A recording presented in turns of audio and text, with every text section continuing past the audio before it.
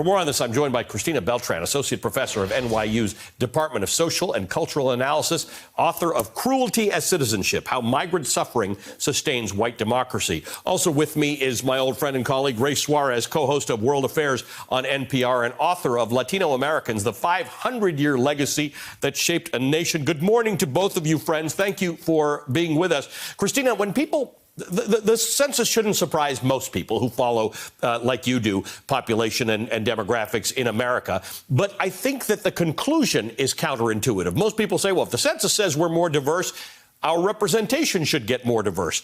In fact, it is likely to get less diverse. Exactly. And I think that's one of the real challenges here is that the census, on the one hand, is telling us something we already know, that America is a deeply multiracial nation.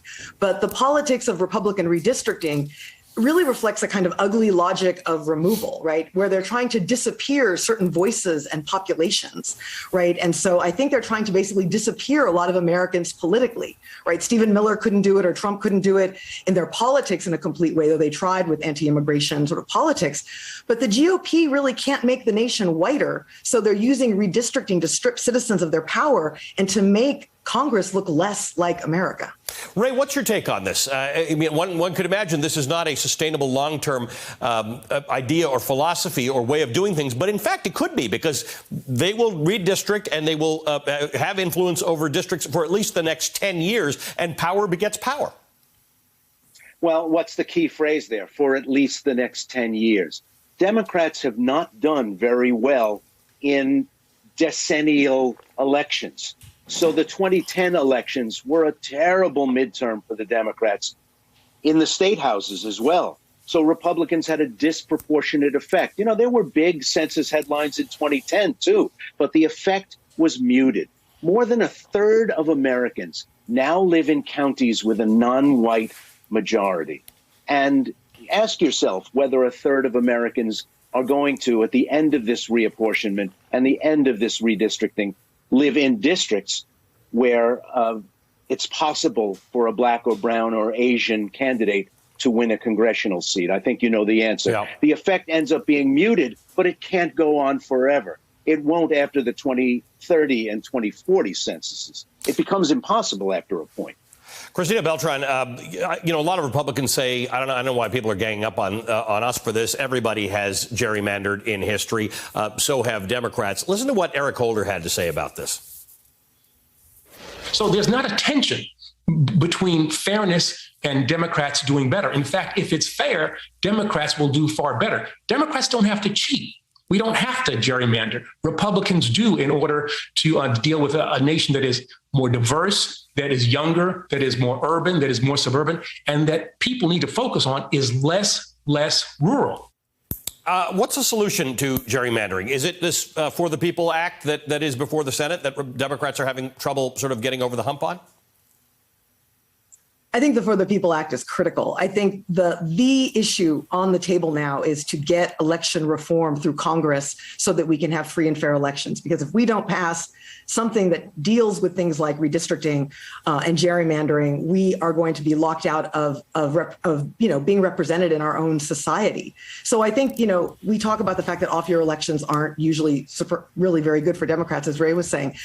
This time has to be different. We have to organize politically as the crisis that this is, because right now we're really facing two choices. On the one side, we have the possibility of becoming a truly multiracial democracy in which political power is shared and where every person has an equal voice and an equal vote. And on the other side is, you know, and that's the chance for us to live our highest ideals of freedom and democracy. And the other side's vision is just a vision that is so cramped and scared and full of conspiracy theories.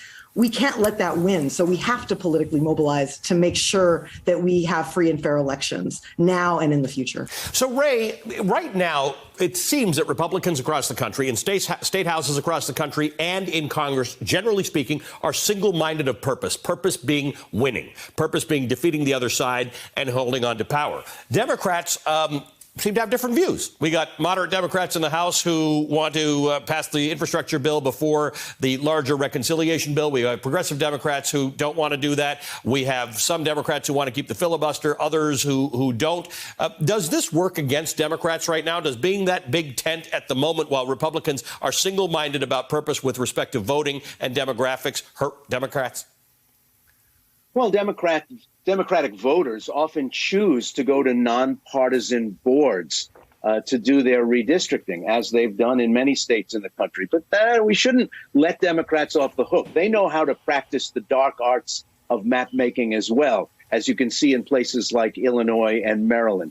I think the key event of the last generation is the gutting of the Voting Rights Act. It made pre-clearance no longer necessary, so states where there's been significant growth, like Florida, Georgia, and Texas, will be able to remap without the federal government looking over their shoulder.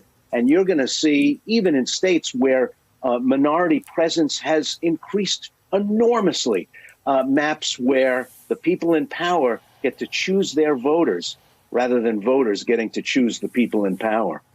Professor Beltran, how do you see this? What do you think Democrats need to be doing in the face of this? Ray brings a very good point that Democrats have historically known how to practice the dark arts of mapping districts. But in today's world, confronted with this reality, which is not just anti-diversity, it's anti-democratic in some cases that we're seeing from Republicans. What is the course of action for Democrats right now?